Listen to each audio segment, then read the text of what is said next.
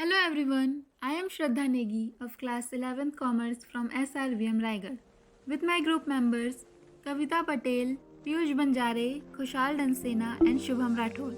And today we are here to compare and analyze the economic growth of India and China.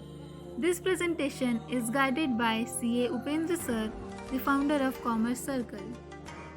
We would like to thank him for providing us such a wonderful opportunity. Thank you, sir. So, first of all, I would like to tell you why we have chosen this topic for our presentation. As we know, the students are considered as the future of the country, and being the students, it is our responsibility to think about the bright future of our country and find out the effective ways for its development. And for this purpose, the first step is to analyze the condition of the country. So here we are with the comparison and analysis. Before starting this slide, I would like to introduce myself first. I am Kavita Patel, the student of Sadhuram Vidya Mandir Raigad of class 11th. As Shraddha told, our topic is India versus China and economic comparative analysis. So here I am gonna proceed it. Overview of India versus China. Here I will focus on these major points. India got independence on 15th August 1947. China got independence in the year 1949. First, India was richer than China at the time of independence. But at present, China is richer than India.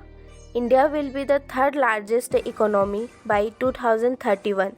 This is future assumption. But now only China is second largest country in the world. India is growing economy. China is fastest growing economy.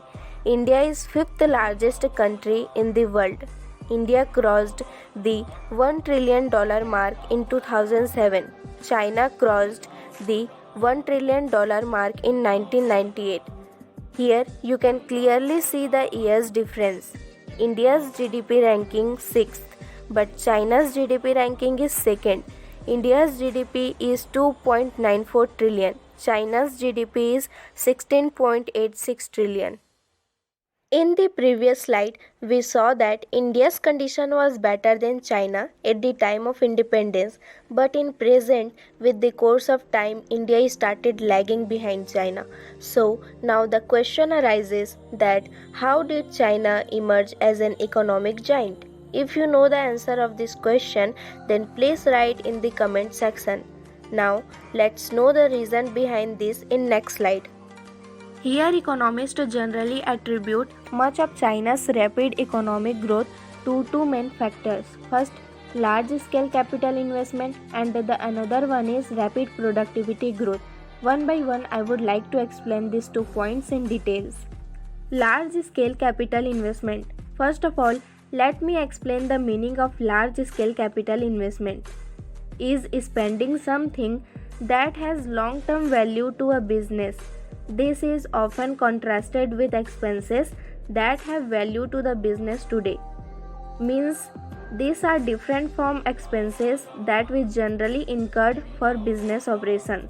Let me clear this by giving some examples of capital investment, like purchases of assets, land and building, construction, furniture and fixtures, machines, infrastructure, computing and vehicles. These are common examples of large-scale capital investment. Second, rapid productivity growth. Meaning, productivity growth is our opportunity to increase output without increasing inputs. In simplest term, the full utilization of resources like raw materials, labors, machine. With growth in productivity, an economy is able to produce and consume increasingly more goods and services for the same amount of work. So, in these two factors, the economy of China increases. In this slide, we will talk about Great Leap Forward campaign. First point, this is initiated by Mao in 1958 to modernize China's economy. Second point, aim is to transformation of the agrarian economy into the modern economy through rapid industrialization. Let me clear the meaning of agrarian economy, or we can say agriculture society. An agrarian place or country makes its money from farming rather than industry. This is known as agrarian economy. I think it is clear to all. Then, third point, people were encouraged to set up industries in their backyards. Fourth point, in rural areas, communes were started. Communes means a small group of people living communally or living together and sharing in work, earnings, etc. I am Shubham Rathod, student of Sahuram Vidya Mandir Raigad, and I am here to present the following slides. Great Proletarian Culture Revolution. In 1965, Mao Zedong introduced the Great Proletarian Culture Revolution in 1966 to 76, under which students and professionals were sent to work and learn from the countryside. Reforms introduced in China. China introduced reforms in passes. In the initial passes, reforms were initiated in agriculture, foreign trade, and investment sector. In the latter passes, reforms were initiated in the industrial sector. I am Piyush Banjari from class 11, a proud student of Sahuram Vidya Mandir Raigad. I am here to explain the following slides. In this slide, I am going to explain about dual pricing in the reform process. Before going to the topic, what does dual price means? The fixing of price in two ways is called dual pricing. In the first point, there is given the farmer and industrial units were required to buy and sell fixed quantities of inputs and outputs on the basis of prices fixed by the government. In second point, the other transaction, the input and output were purchased and sold at market price. This means the Chinese government says that the farmer and industrial units buy and sell the quantity of input and output at government fixed price. If, for example, if an industry want to sell 800 units but the government says 500 units are sold fixed price set by the government, then 500 units are sold at a fixed price and rest all units are sold by the industry by his own price with proper bargaining. Inflation percentage change in the consumer price index. In this line graph, which shows inflation percent change in the consumer price index. A consumer price index measures changes over time in the general level of price of goods and services. In this graph, the red line indicates India, whereas China is denoted by blue line. In this graph, we can see that inflation rate of India is higher than China. But in the year 2004, both the countries were having same inflation rate. In 2010, India has the highest inflation rate. Special Economic Zone. It is an economic zone established by the government for industrial development. So why China has set up this? In order to attract foreign investors, Special Economic Zone were set up. Under this, if anybody want to set up their industry, then they will get more benefit like reducing tax, labor law in cheap, electricity in cheap rate. So why this concept came? Because it is possible that in a country one part is well developed but other are not much developed. So the government convert the less developed area into special economic zone. So by doing this, all the industry will come to the special zone and set up their industries. When the industry are also getting the benefit of special economic zone and the economic zone are also developed. Why is India lagging behind China? There are following reasons. First, education, low literacy rate. In education, as we know how our education system works, it more focuses on theory part rather than practical part. But now, with the new education policy 2020, it seems to be improved, and we hope that it will get better in the future. Second, science and technology outdated. As we know in India, 90 to 95% of the electronic products are imported from China. For example, there is no single mobile company to compete with the Chinese brand. Third, dense population. As the current population of our country is around 138 crores, so everything is so complicated and really tough to manage and takes time to be implemented. Fourth, focuses on imports, not exports. India imports more than exports. As we know, to become a world superpower, India has to focus on more imports. Fifth, lack of proper roadways. As we know, to be called a developed nation, one of the main features a country should have is a proper connection of transports. 6. Indians are mainly job seekers, not job providers. As we heard about the Google CEO, Microsoft CEO, and Twitter CEO, we feel very proud and that's good. But somewhere they do the jobs because we are trained to get a job, not to give employment. 7. Less number of industries. Although India has some great industries and companies like Tata Group, Reliance Group, and Adani Group, etc. But to be number one, we need more industries and companies like this. 8th, less focus on manufacturing. As we know, China is a manufacturing hub. That is the main point of reaching a 14.72 trillion economy. To have a massive growth of India, India should focus more on manufacturing sector. 9th, lack of infrastructure. India should focus more on infrastructure that's help the economy and the country, not the infrastructure that's only help the political parties and political peoples. So here in this slide we have the problems of India and China. Problems of India. First, infrastructure sector. Infrastructure development is critical for improving India's manufacturing competitiveness and achieving higher growth. Second, insufficient investment. There are multiple reasons for the decline in investments like supply chain problem, land acquisition problem, lack of environmental and other. Third, losing the best and the brightest abroad.